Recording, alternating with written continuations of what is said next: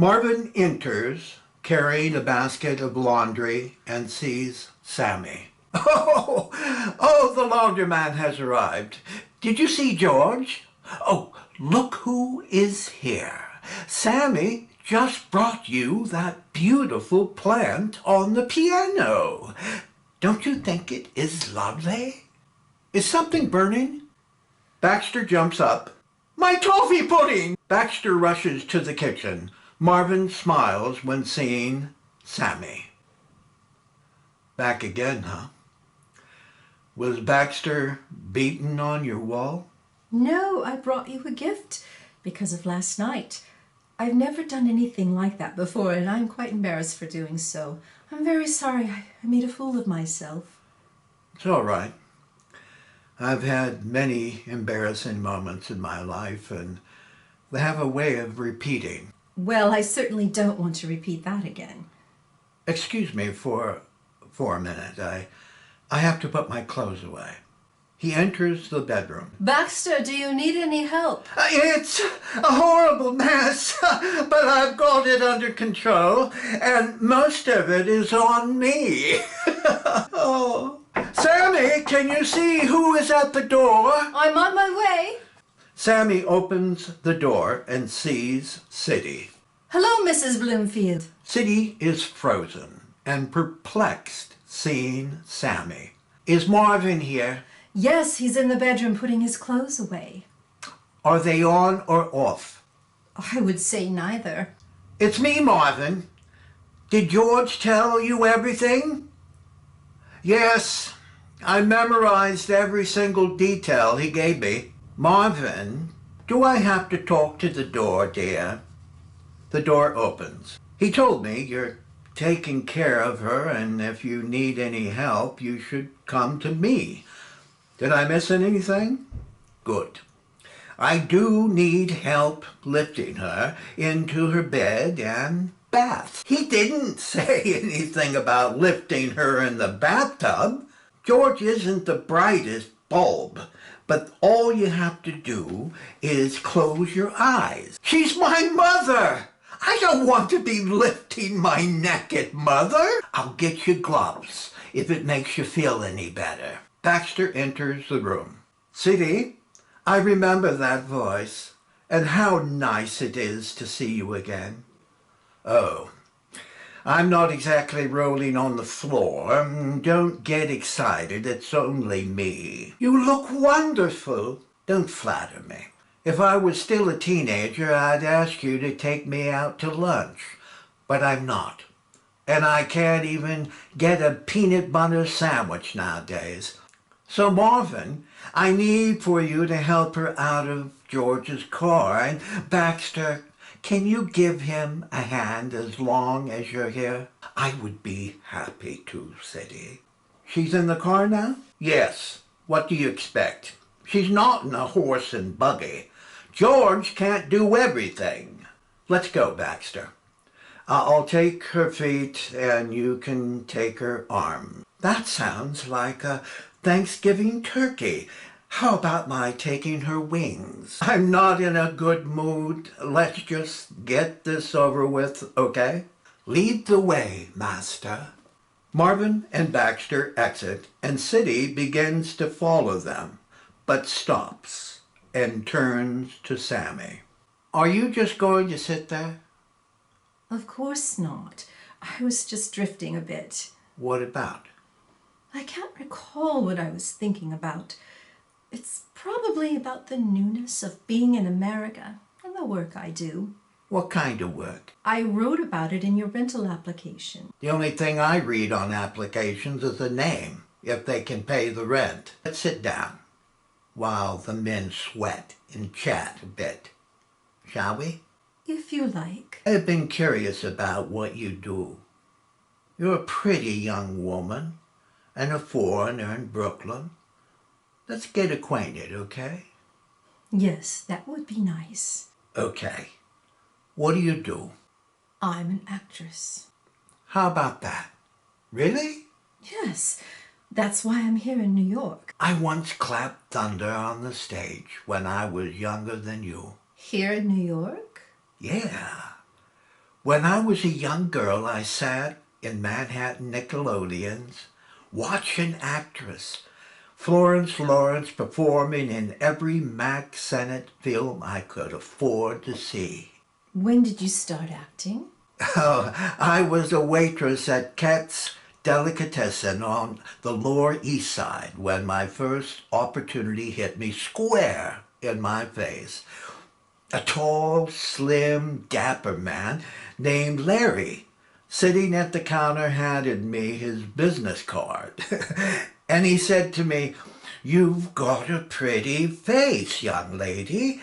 Have you ever considered entertaining on the big stage?" Oh, I was flattered and took the card, and he said, "Go to the backstage door and tell Benny that you want to see Mr. Riggin. He'll know what to do."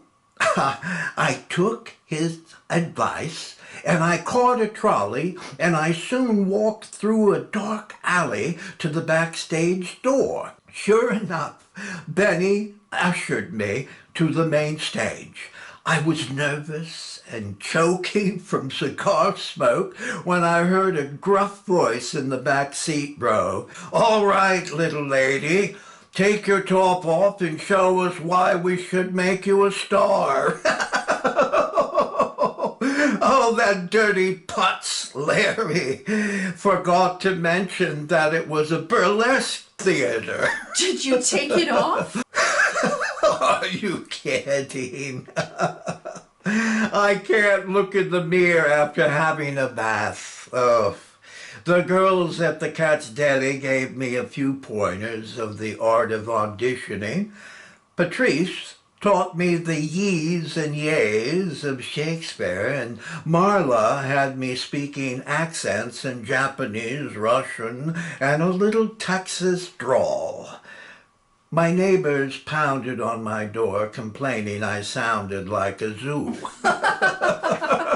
Then what did you do? One afternoon at Katz, Clifford Audits and the funny little man Strasberg was sitting at a booth in my section. Audits said to me, "You'd be a perfect Edna." Stupid little me, "Who's here?"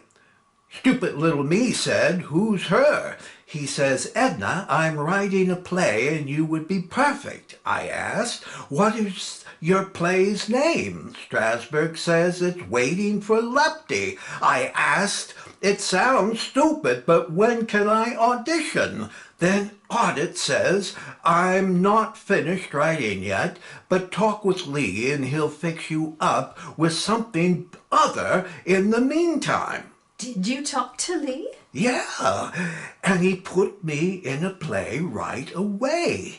And that was my humble beginning as an actress. Were Audits and Strasberg popular then? What rock are you hiding under? They were two of the biggest names on Broadway. Oh, I was only taught Shakespeare, Shaw, Coward, and O'Casey. I know Shakespeare, but the other three bums I haven't a clue.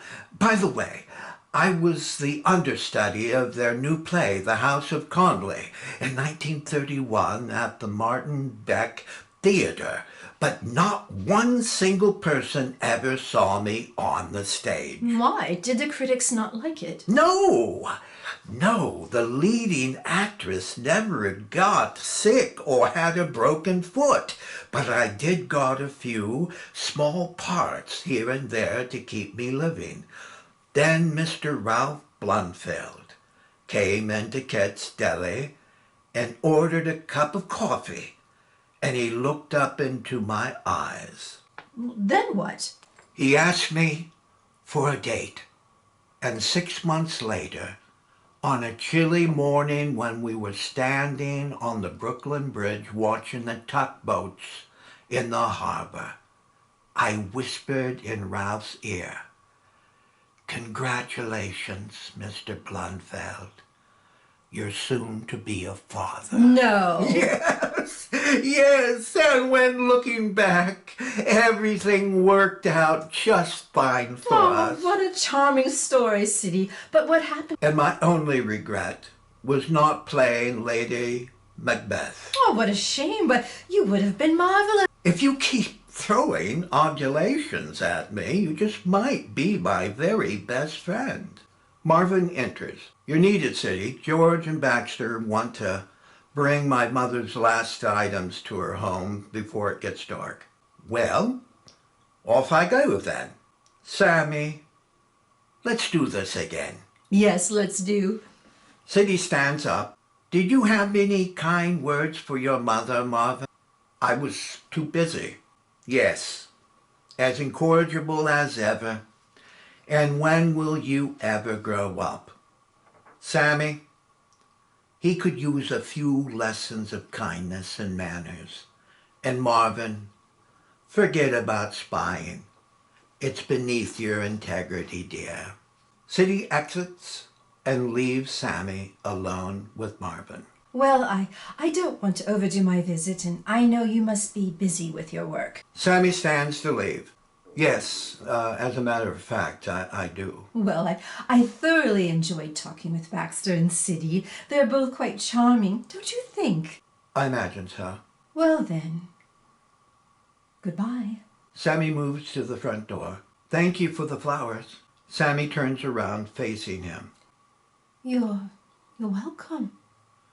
I don't, always work all the time.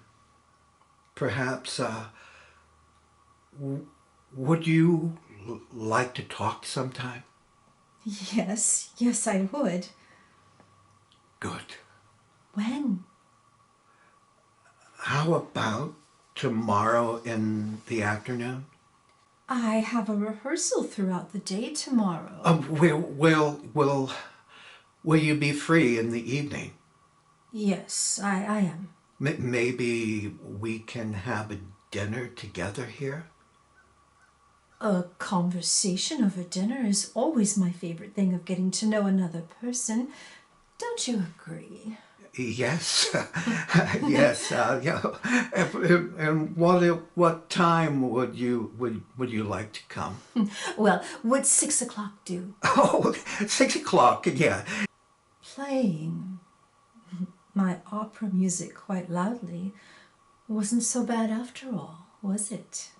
Yes, but my knocking on your wall was what brought you here. See you at 6 o'clock. See you at 6 o'clock. Sammy leaves with a smile as she exits. Marvin walks to the piano and picks up the flower pot, smelling the scent of the flowers as the lights slowly dim to black. Intermission.